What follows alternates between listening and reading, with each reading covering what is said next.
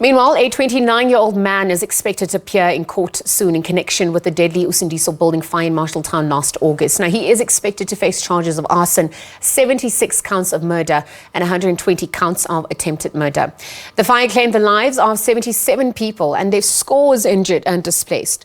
The Commission of Inquiry into the building fire has been sitting this week. The 5-story building, which had been illegally occupied, caught alight in the early hours of the morning on the 31st of August last year.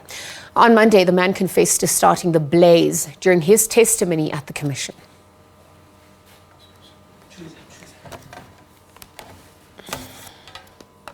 Right, let's bring in Willem Al, Senior Training Coordinator on Terrorism and Explosives at the Institute for Security Studies. Willem, good afternoon, and thanks for your time with us here on the SABC at this hour. Good afternoon, Lisa. Willem, the Commission of Inquiry into last year's fatal fire in the Usindiso Building in Johannesburg CBD is continuing, and perhaps you could talk to the elements of criminality that are emerging. Yes, Liesl, we see that this commission has been divided into two phases. The first phase is going to look at the phenomenon of the hijacked buildings, the CBD. Is going to look at all the criminal factors surrounding that, where you see that your legal landlords, for some reasons, various reasons, abandon these buildings, and they are then being hijacked by these syndicates who are renting out these spaces. We can't say space, apartments, because it's almost like a squatter camp in a building where they then cramp in hundreds and hundreds of people without adhering to any of the safety regulations or any of the other regulations. For instance, also no refuse removal, none of the services are provided, and none of the taxes are paid, it seems to us. So the Commission is looking at that. The second phase will, of course, then look at the criminal liability, the responsibility, and it will also come up with recommendations. Yeah, thank you for that context, Willem. We know that the witness admitted to starting the deadly Johannesburg fire. Police have also arrested the witness who testified on camera at the Joburg fire inquiry. And so perhaps at this point, given the sophisticated network, the syndicates, the health hazards as well, talk to the organized crimes in many of the buildings in the CBD and what's coming to the fore, some of the concerns as well. Yeah, some of the concerns there, of course, whenever these syndicates move in, they are exploiting everybody, and they're also working together with each other. They're complementing each other, and they are really becoming a law unto themselves in the CBD, where they are creating these unsafe zones for the public. We see that also as a legal owner. You have to adhere to all the regulations, and those regulations also have to be enforced by the municipality. When they do not do that, we see similar situations like these, where the rule of law is not existing, and where these syndicates are then exploiting these people, but also apart from that, you have your other crimes that are linked, that are perpetrated in these areas, and with the people, the target, it also becomes a hotspot for your criminality, your criminals to hide out as well. Because the issue of hijacked buildings and effective spatial planning have also come to the fore, and where do you think are the biggest concerns and gaps that emerge as we speak?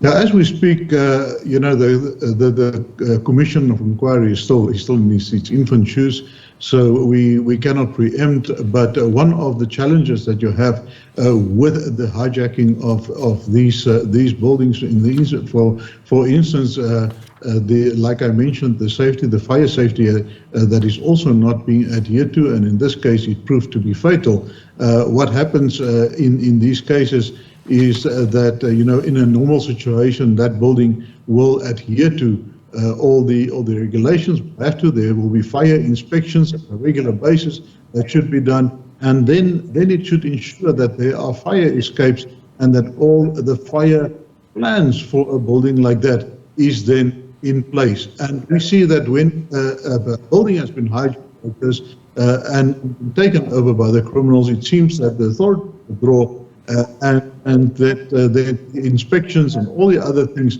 that have to accompany that is then non-existing, and that creates then a very dangerous situation, like we saw that unfolded on that day.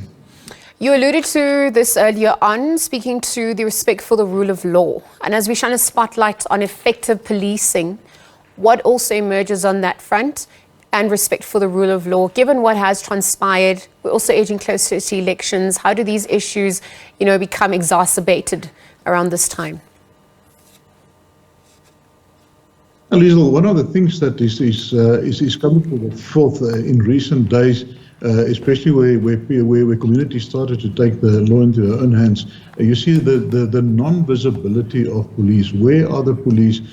Are the police patrolling?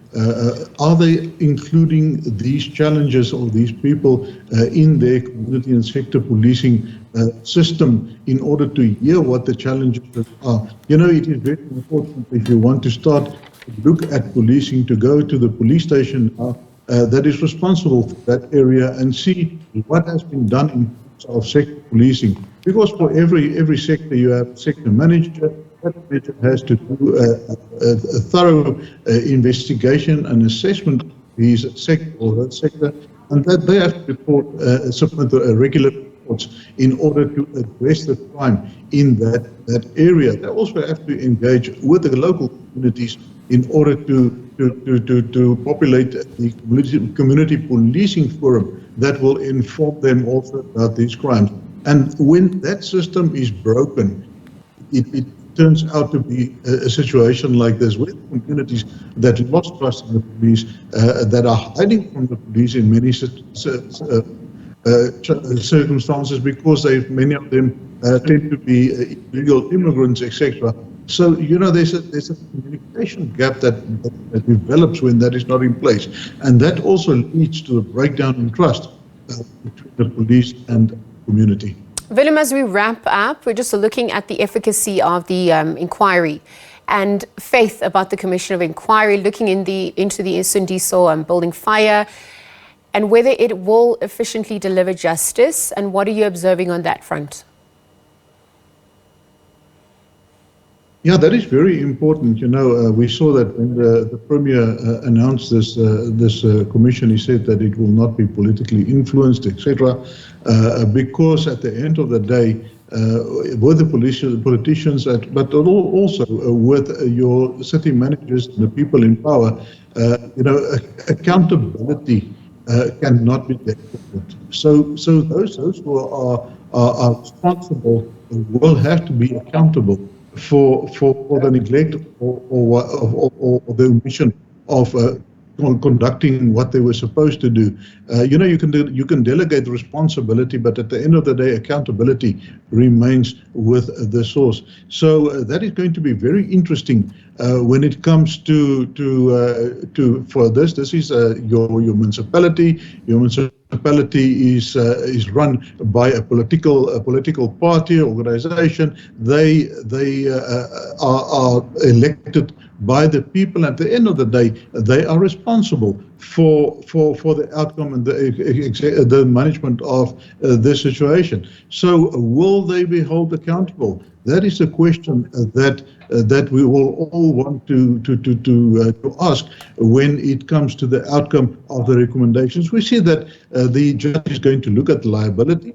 The judge is also going to look at responsibility. Whose responsibility was that? We expect that will come out in the report.